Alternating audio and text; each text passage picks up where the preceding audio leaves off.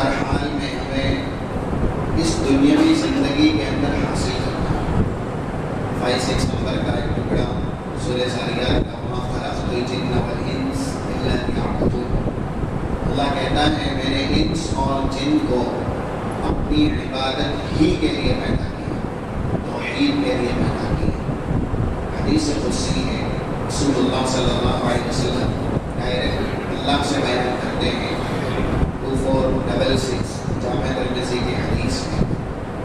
اس میں الفاظ ہیں، قال اللہ عز وجل، اللہ کہتا ہے یا ابن آدم تفرغ لعبادتی املأ صدرک بالغنى، ابن آدم میری عبادت کے لیے وقت نکال۔ یہ جملہ ہم اور آپ کو بہت غور سے سننا چاہیے۔ تفرغ لعبادتی، اللہ کہہ رہا ہے ابن آدم میری عبادت کے لیے وقت نکال۔ اگر ایسا ہوگا، میری عبادت کے لیے فارغ بنے گا، میری عبادت کے لیے دنیا میں وقت نکالے گا، املأ صدرک بالغنى، تیرے سینے کو مالداری سے ہمیشہ بھرے رکھوں گا۔ آج ہم اور آپ معاش یعنی روزی کی زیادہ تر شکایت کرتے ہیں، روزی کی تندرستی ہے یا ایسے ہی اس کے تعلق سے فلاشی ہے، مفلسی ہے، لاچارگی ہے یا محتاجگی ہے، اس طرح کی شکایتیں اہل ایمان کی زبانی یا اہل اسلام کی زبانی سنی جاتی ہیں۔ لیکن ہماری دنیاوی سہولت یا دنیاوی فلاح یہ بھی ہمارے دین میں ہی ملنا ہے۔ بہت سے لوگ یہ سمجھتے ہیں اگر دین میں آئیں گے نعوذ باللہ دنیا چھوٹ جائے گی، دیندار بنیں گے تو ابھی جو دنیا ملی ہوئی ہے وہ کم ہو جائے گی۔ نہیں، اگر انسان دین میں آئے گا تو مزید دنیا بھی دیا جائے گا، اور وہ برکت والی دنیا دیا جائے گا، نعمت کے طور پہ دنیا دیا جائے گا، نقمت کے طور پہ نہیں۔ نعمت اور نقمت میں صرف نقطوں کا ہی فرق ہے۔ نعمت کہتے ہیں جو اللہ کی طرف سے انسان کو بطور انعام ملے، اور نقمت کہتے ہیں چیزیں وہی ملتی ہیں مال کی شکل میں، اولاد کی شکل میں ہو، یا ایسے ہی دنیا میں منصب کی شکل میں ہو، لیکن وہ عذاب بنا دی جاتی ہے۔ نعمت کب تک نعمت رہتی ہے، ہم اور آپ کو یہ سیکھنا ہے۔ نعمت جو بھی اللہ کی طرف سے ہمیں ملی ہے، مثلاً یہ صحت، یہ تندرستی، یہ زندگی، یہ اوقات، یہ سب سے بڑی نعمت ہے۔ 6412 صحیح بخاری کتاب الرقاق کا ریفرنس عبداللہ بن عباس اس حدیث کے راوی ہیں، رسول اللہ کا ارشاد گرامی، نعمتان مغبون فیہما کثیر من الناس الصحۃ والفراغ۔ بہت سی نعمتیں ہیں، لیکن ان تمام تر نعمتوں میں دو نعمت ایسی ہے جس کی ناقدری زیادہ تر لوگ کرتے ہیں، اور وہ بڑی قیمتی ہے۔ پہلی صحت اور تندرستی، جن لوگوں کو اللہ نے جوانی دی، قوت دی، توانائی دی، تندرستی دی، یہ بہت بڑی نعمت ہے۔ والفراغ، فارغ اوقات، دنیا میں لمحات کا ملنا، دنیا میں وقت کا ملنا، یہ بھی بہت بڑی نعمت ہے۔ تو یہ نعمتیں ہمارے لیے نعمت کب رہتی ہیں؟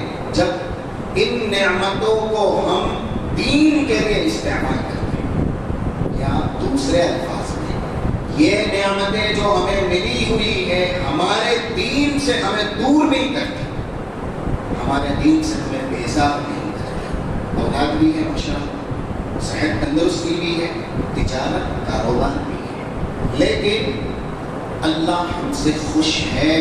کیوں؟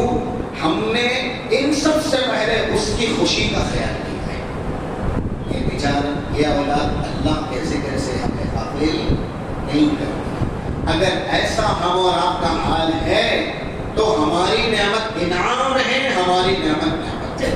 اللہ نہ کرے، اللہ نہ کرے۔ اس کے برعکس اگر ہمارا حال ہے جیسا کہ زیادہ تر نام و نہاد اہل اسلام جو دعویٰ کرتے ہیں لا الہ الا اللہ محمد رسول اللہ، اس دعوے کا ایک مطلب یہ بھی ہے، سورہ حجرات کی پہلی آیت کا جو ٹکڑا ہے نا، اسی کا معنی یا ایھا الذین آمنوا لا تقدموا بین ید اللہ ورسولہ، ایمان والو تمہیں ایمان جو تم لائے ہو اس طرح سے مضبوط بنانا ہے، اللہ رسول اللہ سب سے پہلے، ان سے پہلے کوئی نہیں، ان سے پہلے اپنی ذات بھی نہیں، یعنی خواہشات، شہوتیں، یہ سب اللہ اور اس کے رسول کے تابع۔ تو ایمان اسی کا نام ہے۔ جب تک اللہ اور رسول اللہ پہلے ہوں گے، ان کی رضامندی، ان کی خوشنودی اپنی ذات سے پہلے رکھی جائے گی، تو انسان کو وہ نعمت ہمیشہ نعمت کی شکل میں عنایت کی جائے گی۔ اس کے برعکس اگر یہ نعمتیں اللہ اور اس کے رسول کی خلاف ورزی میں استعمال ہوئی، مثلاً صحت کی نعمت ہے لیکن انسان شیطان کو خوش کرنے میں لگا رہا ہے، صحت کی نعمت ہے مسجد کی طرف چل کے نہیں آ رہا، بلکہ جہاں فحش مناظر دکھائے جا رہے ہیں، شیطانی آواز سنائی جا رہی ہے، وہاں وہ چل کے جا رہا ہے۔ صحت کی نعمت ہے، انسان کسی کی ہیلپ کرے، کسی کی مدد کرے، کسی مظلوم کا سہارا بنے، یہ نہیں کرتا۔ صحت تندرستی ہے، ظلم کر رہا ہے، ہاتھ پیر کسی کا توڑ رہا ہے، یا ایسے ہی کسی کو دھمکا رہا ہے، جزر و توبیخ کر رہا ہے۔ تو نعمت جب تک اللہ اور اس کے رسول کی اطاعت میں، فرما برداری میں استعمال ہوتی ہے، وہ نعمت رہتی ہے۔ رسول اللہ کا ارشاد گرامی جو حدیث قدسی کی شکل میں ابھی ہم نے سنا، اللہ کہتا ہے ابن آدم میری عبادت کے لیے وقت نکال، تیرا یہ سینہ مالداری سے بھر دو۔ اللہ کی مدد کب آتی ہے؟ آج یا کبھی نہیں۔ اللہ کے بندوں کو سب سے زیادہ اللہ کی مدد کی ضرورت ہی رہتی ہے۔ اس کی مدد نہ ہو تو پھر دنیا میں ہم کھڑے نہیں ہو سکتے، بیٹھ نہیں سکتے، سانس نہیں لے سکتے۔ اس کا فضل ہے، اس کا کرم ہے، اس کی اعانت ہے اور اس کی مدد ہے۔ بس مختصر سا وقت ہے، آپ کے سامنے کچھ ایسے نظام بیان کر رہے ہیں کہ اللہ کی مدد آتی ہے۔ دیکھیے جو آیت کریمہ پڑھی گئی سورۃ الانبیاء کی، سورت کا نام ہے الانبیاء۔ ظاہر ہے جب نام ہی رکھا گیا الانبیاء تو اس میں ذکر بھی ان نفوس قدسیہ پاکیزہ ہستیوں کا ہی ہوگا جو اللہ کے نبی ہیں۔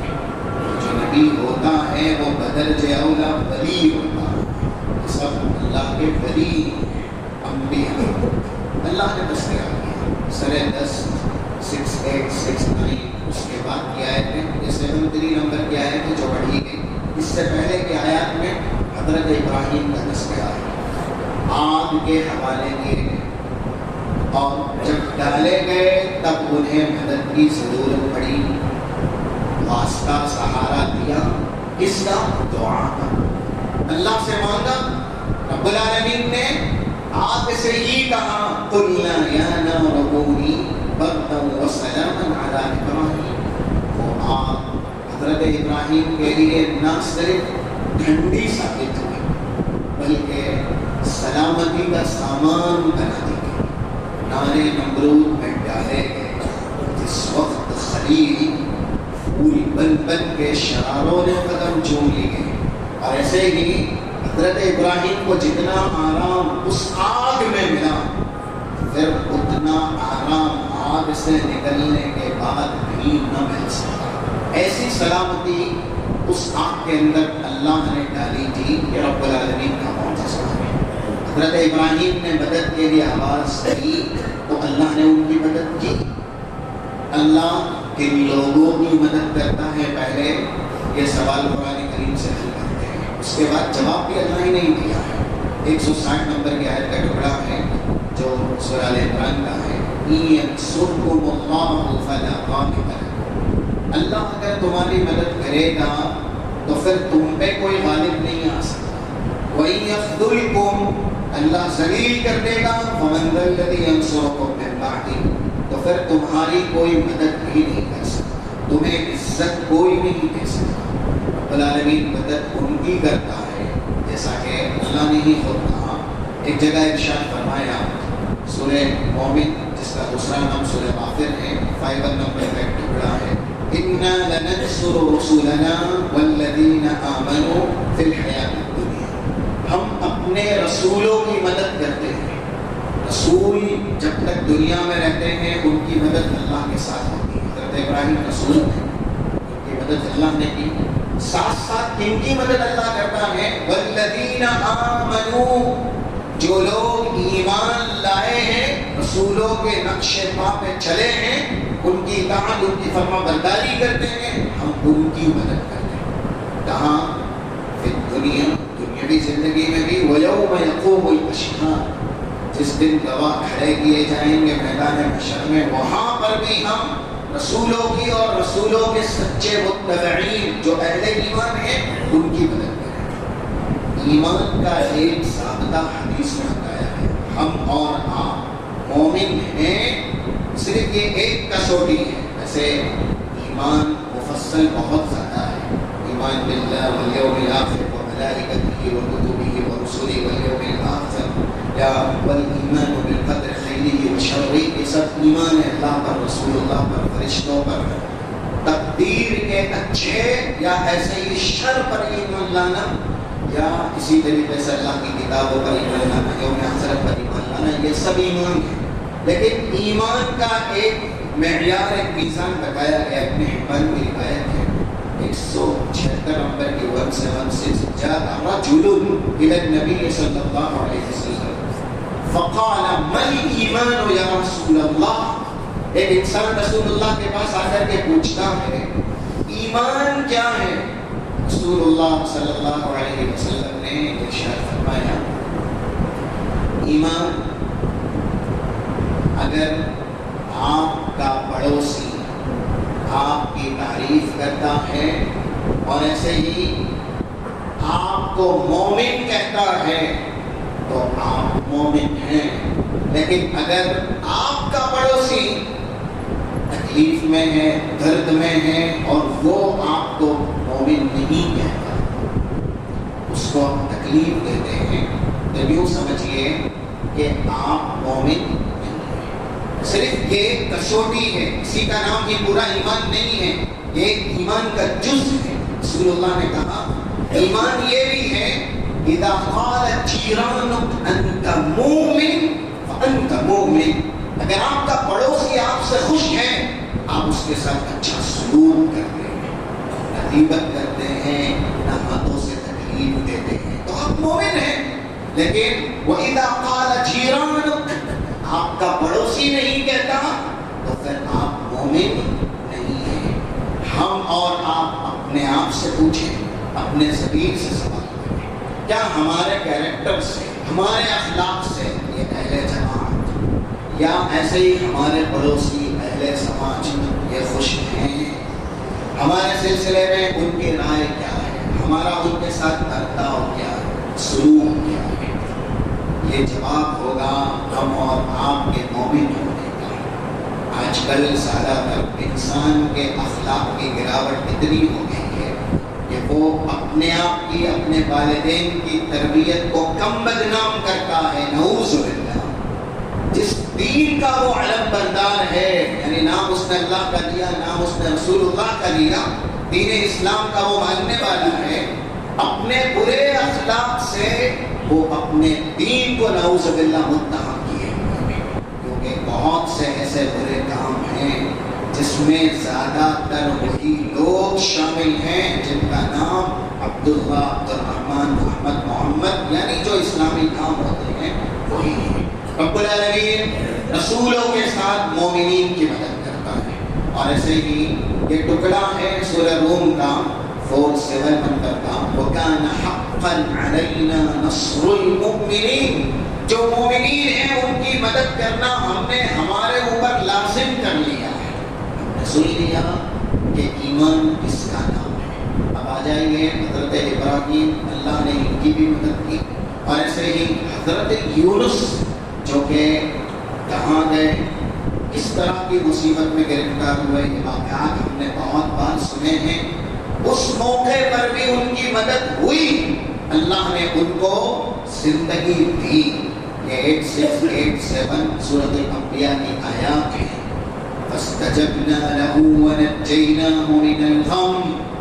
مچھلی کے پیٹ سے جو مچھلی سمندر کی تاریکی میں تھی، سمندر کی تہ میں تھی، فنادى في الظلمات، تاریکی در تاریکی میں حضرت یونس نے آواز لگائی، اللہ تیری مدد کی ضرورت ہے. رب العالمین نے ان کی سنی اور وہاں سے انہیں نجات دی.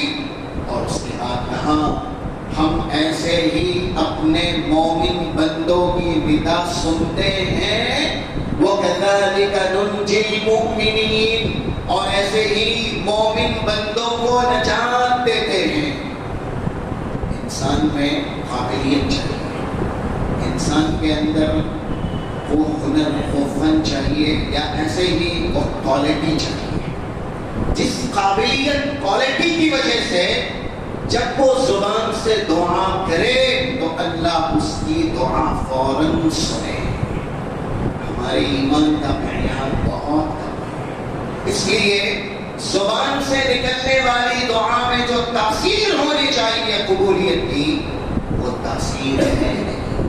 کتنے مریض ہیں ہم میں اللہ انہیں شفا کامل عاجل کرتے، بارہا وہ دعا کرتے ہیں، لیکن جیسے ہی کسی نے کہا مرض بڑھتا گیا، جوجو دوا کی، مرض بڑھتے ہی چلا، دعا کیوں قبول نہیں ہوتی؟ اس لیے کہ دعا کی قبولیت کے لیے ایمان چاہیے، دعا کی قبولیت کے لیے عبادت چاہیے، دعا کی قبولیت کے لیے زبان میں رب العالمین سے استحکام، تعلق، مضبوطی چاہیے. اور انسان اگر اپنے کردار کے اندر یہ اوصاف پیدا کرے گا، جیسا کہ سورہ انبیاء میں اللہ نے یہ دو نبیوں کی بات آپ کے سامنے بیان ہوئی، جیسے ہی حضرت زکریا ہے سورہ مریم کی 1 سے لے کر کے 11 نمبر کی آیت میں یہ بات اللہ نے بیان کی. حضرت زکریا عمر کے آخری حصے میں پہنچے اور انہوں نے یہ تسلیم کیا کہ بال پورے پک گئے، ہڈیاں جواب دے چکی ہیں، اولاد ہونے کی کہیں سے کوئی امید جسمانی حیثیت سے باقی نہیں ہے، لیکن پھر بھی ایک ساتھ ہے جو اس حالت میں بھی اولاد دے سکتی ہے. پکار اللہ سے، رب لا تذرنی فردا وانت خیر الوارثین، اللہ تو مجھے وارث بنا دے، یعنی مجھے اولاد سے مالا مال کر دے، اور میں ہی تجھ سے دعا کرتا ہوں. وَلَمْ أَكُمْ بِدُعَائِكَ رَبِّ شَقِيًّا، تیری دعا یا تجھ سے التجا کرنے میں پر یقین ہوں، تیرے در پہ جو آتا ہے خالی ہاتھ نہیں جاتا. اس طرح یعنی حضرت زکریا نے کنڈیشن بتائی، میرا جسم وہ سیدھا ہو چکا، بڑھاپا پورا مجھ میں طاری ہو چکا، پھر بھی اللہ سے میں دعا کر رہا ہوں، رب العالمین سنے گا، مجھے عنایت کرے گا. اللہ کہتا ہے ہم نے ان کو یحییٰ کی شکل میں ایک بہترین نبی وارث عنایت کیا. اور حضرت ایوب 17-18 سال، 17 نمبر کی حدیث سلسلہ صحیحہ میں ہے، ایسے لا علاج مرض میں مبتلا رہے، قریب اور اپنا جو بھی ان کا قریبی یا دوری رشتہ دار تھا سب چھوڑ کے چلے گئے.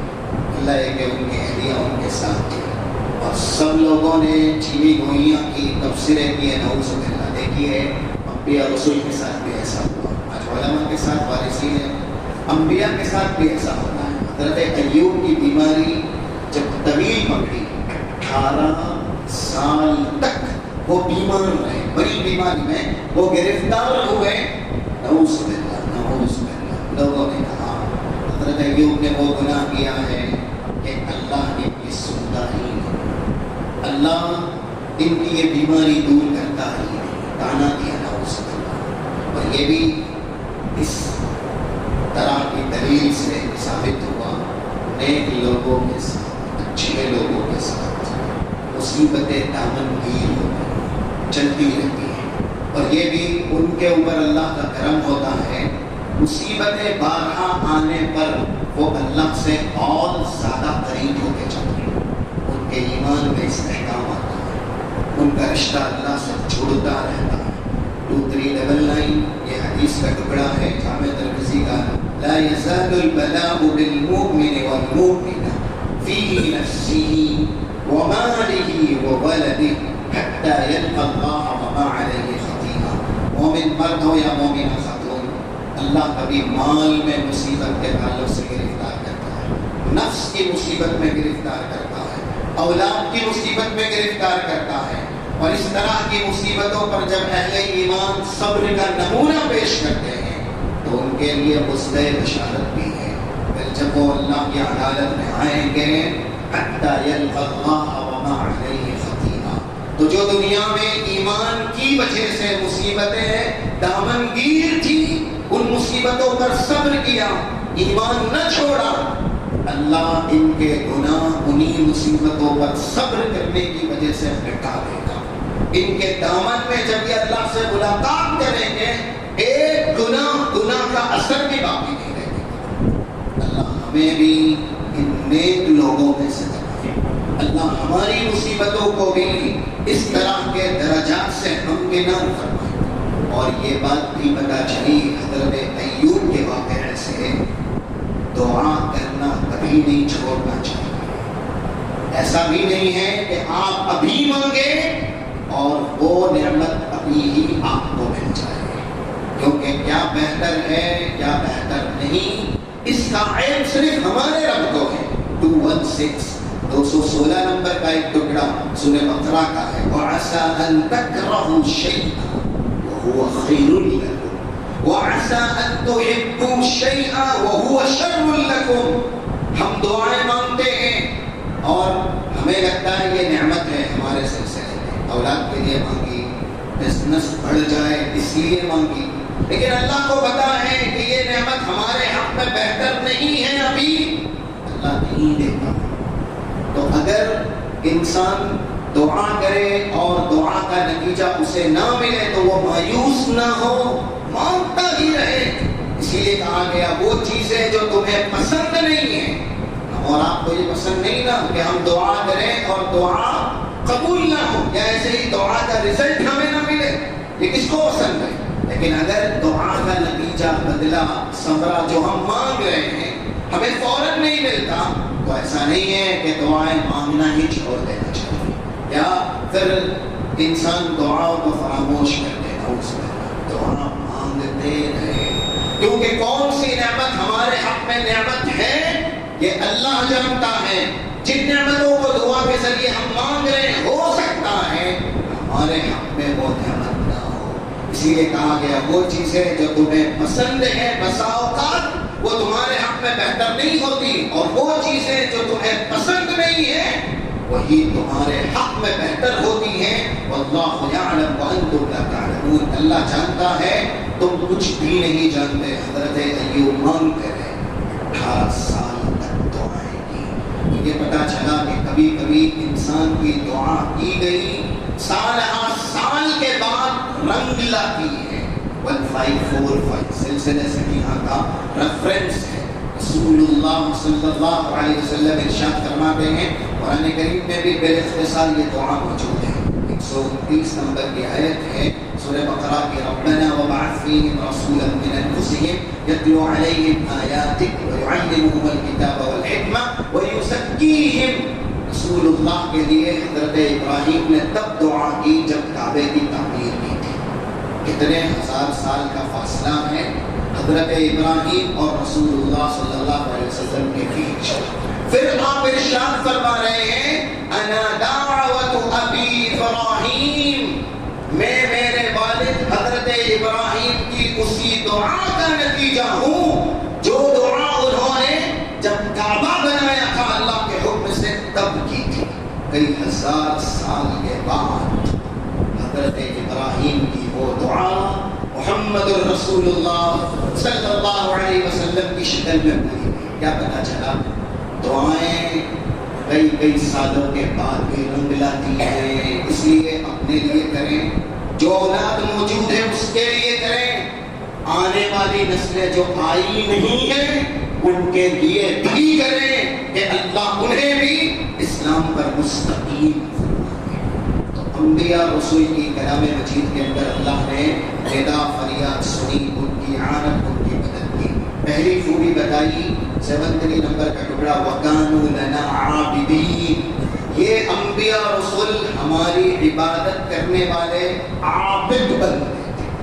آج ہم اور آپ انسان کی نعوذ باللہ اتنی چاپلوسی کرتے ہیں یا ایسے ہی اس کے گرد و پیش اس طرح سے چکر لگاتے ہیں کہ یہ مل جائے یہ مل جائے. مالک الملک، بادشاہوں کا بادشاہ ہے، احکم الحاکمین ہے. اس نے کہا انسان کی حیثیت بتائی.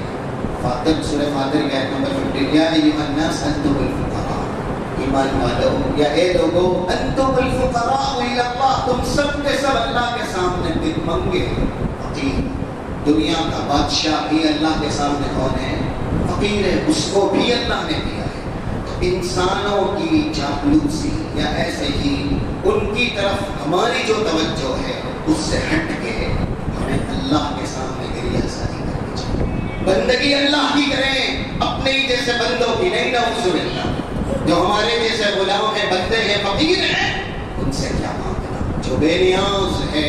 واللہ هو الغنی الحمید. تو انبیاء کی ایک صفت کیوں ان کی مدد اللہ نے کی؟ وَكَانُوا لَنَا عَابِدِينَ. انبیاء ہمارے عبادت گزار بندے تھے. وہ اپنی گردن ہمارے سامنے ہی جھکاتے تھے، فریاد ہم سے ہی کرتے تھے، مشکل کشائی حاجت روائی کا سوال ہم سے ہی کرتے تھے. یہ پہلی خوبی.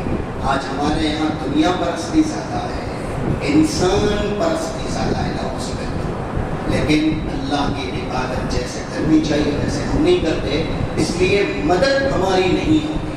اور دوسری خوبی انبیاء کے تعلق سے کلام مجید میں اللہ نے کہا کل من الصابرین. یہ جتنے نام سورہ انبیاء میں لیے گئے یہ سب کے سب صابرین کے. دین کے لیے انہوں نے مارے بھی کھائی، دین کے لیے لوگوں کے تانے بھی برداشت کیے، دین کے لیے لوگوں کی گالیاں بھی سنی. آج دین کی خاطر کسی کو نصیحت کی جائے وہ بس سے چھوڑ دیتا. دین کی خاطر کسی کو ایک اچھی بات بیان کی جائے وہ فوراً علماء پر برہم ہو جاتا ہے. آپ کون ہوتے ہیں مجھے سکھانے والے؟ آپ کون ہوتے ہیں مجھے نصیحت کرنے والے؟ تو جب تک ہم صبر کا نمونہ پیش نہیں کریں گے، صابر نہیں بنیں گے، ایمان ہمارا مضبوط مستحکم نہیں ہو سکتا. اور تیسری بڑی خوبی جو کلام مجید میں سورہ انبیاء 90 نمبر میں بیان کی گئی انہم کانوا یسارعون فی الخیرات. پورے انبیاء کی جماعت بھلائی کے کاموں کی طرف دوڑنے والی تھی، بھلائی کے کاموں کے لیے سبقت کرنے والی. آج ہم اور آپ برائی کے کاموں کی طرف، مثلا نعوذ باللہ کہیں ایسی محفل رچائی جائے جہاں اداکارائیں، رقص ہو، شیطانی آواز ہو. آپ سمجھ گئے، زیادہ سمجھانے یا بولنے کی ضرورت نہیں. اس طرح کے مقام سے وہاں لوگ دھکے کھاتے ہیں، جسمانی تکلیف برداشت کرتے ہیں، گالیاں سنتے ہیں اور ایسے ہی ذلیل ہوتے ہیں، لیکن پہنچتے ضرور ہیں. اور اس طرح کی محفلیں مثلا کبھی جلسہ ہوتی ہیں اور وہاں کسی کی حاضری نہ ہو، پوچھا جائے کہ آپ کیوں نہیں آئے، ہمیں کہاں بلایا جائے، انویٹیشن ہمیں کہاں دیا گیا. یہ کوئی دنیاوی شادی یا ایسے ہی وہ رسومات نہیں پارٹی وغیرہ کے جس میں مدعو کیا جائے. رب العالمین کے لیے یہ محفل رچائی گئی تھی، جنت کی طرف بلانے والا آیا تھا، آپ کیوں نہیں آئے؟ تو ہم برائیوں کی طرف مائل زیادہ ہوتے ہیں.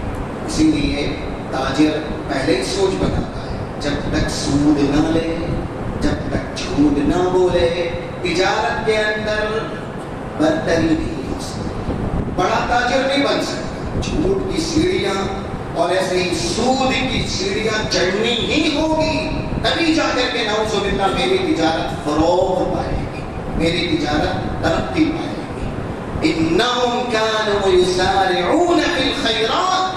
انبیاء بھلائیوں کی طرف دوڑ لگانے والے تھے. آج یہ خوبیاں ہم میں نہیں، اس لیے ہم پکارتے ہیں، مدد کے لیے آواز دیتے ہیں، ہماری مدد نہیں ہوتی. ایک انسان جسمانی بیماری میں مبتلا ہے، ڈاکٹر نے کہا بالکل ارلی مارننگ صبح 4-5 بجے آپ کو واکنگ کرنی ہے، جاگنگ کرنی ہے، یہ مرض ختم ہو جائے گا۔ بالکل ڈاکٹر کی ہدایت کے مطابق وہ انسان صبح اٹھنے ٹائم پہ تسلسل کے ساتھ، مواظبت کے ساتھ، کنسسٹنسی، واکنگ بھی کرے گا، جاگنگ بھی کرے گا۔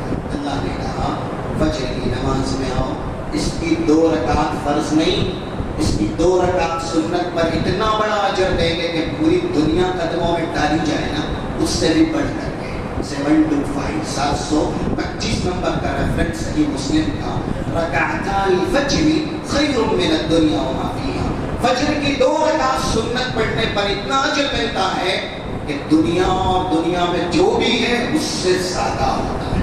اور اگر فرض پڑھ لیا ہے بندے تو جو شیطان 3 گرہ لگاتا ہے نا، 776 صحیح مسلم کے اندر موجود ہے، وہ گرہ، وہ گانٹ مخصوص چابی سے ہی کھل سکتی ہے۔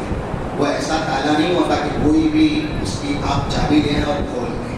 پہلا، جب آپ اٹھتے ہیں تو اللہ کا ذکر کرتے ہیں۔ کیا کرنا ہے یہ بھی صحیح بخاری کے اندر بتایا گیا، 6325 یہ حدیث کا ریفرنس ہے۔ الحمدللہ الذی احیانا بعدما اماتنا والیہ النشور۔ جب اٹھ کے یہ دعا پڑھتے ہیں تو پہلی گانٹ جو شیطان کی طرف سے لگائی گئی کھلتی ہے، دوسری وضو کرتے ہیں تب دوسری گانٹ، تیسری فجر کی نماز با جماعت پڑھتے ہیں، تیسری گرہ کھلتی ہے۔ آگے کیا کہتے ہیں رسول اللہ؟ فَأَصْبَحَ نَشِيطًا طَيِّبَ النَّفْسِ، یہ انسان شیطانی قید سے آزاد ہو جاتا ہے، پاکیزہ ہو جاتا ہے۔ اگر انتقال بھی ہوا نا تو اس کی روح کو لینے کے لیے پاکیزہ ہی فرشتے آئیں گے۔ 32-33 نمبر کی آیات سے رہیں گے، الذین تتوفاہم الملائکۃ طیبین، جو لوگ پاکیزہ ہوتے ہیں ان کو قبض کرنے کے لیے، وفات دینے کے لیے بھی پاکیزہ فرشتے آتے ہیں، اور ان کا ٹھکانہ بھی پاکیزہ جنت کی شکل میں ہوتا ہے۔ لیکن اگر یہ 3 گرہ نہ کھل سکی، کتنے لوگ ہیں جو آج کے دن کھلا سکے ہوں گے، جبکہ آج کے دن کی فجر کی نماز سب سے افضل ترین نماز ہے۔ 1119 صحیح الجامع کا ریفرنس ہے۔ جمعہ کے دن جو فجر کی نماز پڑھی جاتی ہے، ساری نمازوں میں سب سے افضل نماز ہے، رسول اللہ کا فرمان ہے۔ اگر انسان وہ 3 گانٹ نہیں کھلا پاتا جو حدیث کے اندر موجود ہے، تو پھر وہ شیطانی زنجیر میں جکڑا رہتا ہے پورا دن۔ اسی لیے آج کل خودکشیاں زیادہ تر وہ لوگ کر رہے ہیں جن کا نام عبداللہ، عبدالرحمن یا احمد محمد ہے، اسلامی نام والے، کیونکہ وہ اللہ کی اطاعت کرتے ہیں، اللہ کی عبادت کرتے نہیں۔ تھوڑا سا رنج آیا، تھوڑی سی کمی آئی، سوچتے ہیں فوراً بندے میں لگ جاؤ اس میں، یہ مصیبت کا حل ہے۔ چھوٹی سی مصیبت سے بچنے کے لیے دوزخ کا طوق گردن کے اندر ڈال لیتے ہیں۔ جب انسان شیطانی زنجیر میں جکڑا رہے گا، فَأَصْبَحَ خَبِيثَ النَّفْسِ، اور ناپاک نجس بنا رہے گا فجر کی نماز نہ پڑھنے کی وجہ سے، تو پھر وہ جب دعائیں کرے تو اللہ اس کی دعا کیسے سنے گا؟ تو یہ تیسری خوبی تھی کہ انبیاء بھلائی کی طرف سبق کرنے والے ہیں۔ آج ہم بھلائی کی طرف نہیں، دنیا کی طرف دوڑ لگانے والے ہیں۔ کہا جائے نا 1 لاکھ روپیہ ملے گا، فجر میں 5 بجے 5:30 بجے حاضری دے دو، 1 مہینہ تسلسل کے ساتھ تو ہر دن 1 لاکھ روپیہ ملے گا۔ اللہ کی قسم کھا کے کہیے، ہم میں سے کون ہوگا جو اس طرح کے احساس کو حاصل کرنے کے لیے جو ٹائم بتایا جائے اس ٹائم پہ حاصل کرنا؟ ہر کوئی آئے گا۔ وہ گھٹنوں کے بنانے والی حدیث ہے صحیح مسلم کے اندر 652 نمبر کی، کہ لوگوں کو پتہ چل جائے کہ فجر کی نماز میں کیا ہے، عشاء کی نماز میں کیا ہے۔ لو يعلم الناس ما في الصبح والعتمة لأتوهما ولو حبوا، گھٹنوں کے بل بھی آئیں گے عشاء کی نماز پڑھنے کے لیے اور فجر کی نماز پڑھنے کے لیے۔ آج کسی سے کہہ دیا جائے 1 لاکھ روپیہ دیا جائے فجر کے یہ وقت آپ کو حاضر ہونا ہے، ایوری ڈے اس سال کے وہ حاضر رہے گا۔ کیوں؟ 1 لاکھ روپے کی قیمت اس کے نزدیک زیادہ ہے جنت کی قیمت سے نہ اس میں۔ 2 رکعت پڑھنے پر یہ ثواب ہے کہ پوری دنیا میں جو ہے اسے بیچو اور اس پر جو قیمت ملے اس قیمت سے بھی بڑا اجر اللہ تمہیں دے گا اگر فجر کی 2 رکعت سنت پڑھ لیتے۔ یہ معنی میرا غلط ہو کسی عالم سے پوچھ لیجیے، دلیل میں نے آپ کے سامنے دی ہے۔ بس یہ آخری بات، وَكَانُوا لَنَا خَاشِعِينَ، اللہ سے ڈرنے والے تھے انبیاء، اخلاق کے اندر عاجزی انکساری کرنے والے ہیں۔ آج ہم شیطانوں سے کیوں ڈرتے ہیں؟ جن کا نام آتا ہے ہم پر خوف کیوں طاری ہو جاتا ہے؟ اس دل میں اللہ کا ڈر نہیں، اور جو دل اللہ کے ڈر سے خالی ہو، ہر ایک شیطان نوا اسے ڈراتا ہے۔ جس دل میں اللہ کا ڈر ہو، پھر وہ ایسا بن جاتا ہے کہ پوری دنیا اس سے ڈرتی ہے۔ 175 کا ایک ٹکڑا ہے سورہ عمران کا، انما ذالکم الشیطان یخوف اولیاء، لوگوں شیطان اپنے ہی جیسے شیطانوں کو ڈرا سکتے ہیں۔ اللہ کہہ رہا میں نہیں ڈرا، فلا تخافوہم، تم نہ ڈرو ان سے، وخافونی ان کنتم مؤمنین، یہ تب ممکن ہو سکے گا جب تم مجھ پر ایمان لے آؤ گے، مومن بنے رہو گے۔ وَكَانُوا لَنَا عَابِدِينَ، عبادت گزار تھے انبیاء، اس لیے ہر موقع پر ان کی مدد ہوئی۔ كُلٌّ مِّنَ الصَّابِرِينَ، صبر کرنے والے تھے دین کی خاطر خاص کر کے، اور ایسے ہی يُسَارِعُونَ فِي الْخَيْرَاتِ، بھلائیوں کی طرف بہت زیادہ سبقت کرنے والے۔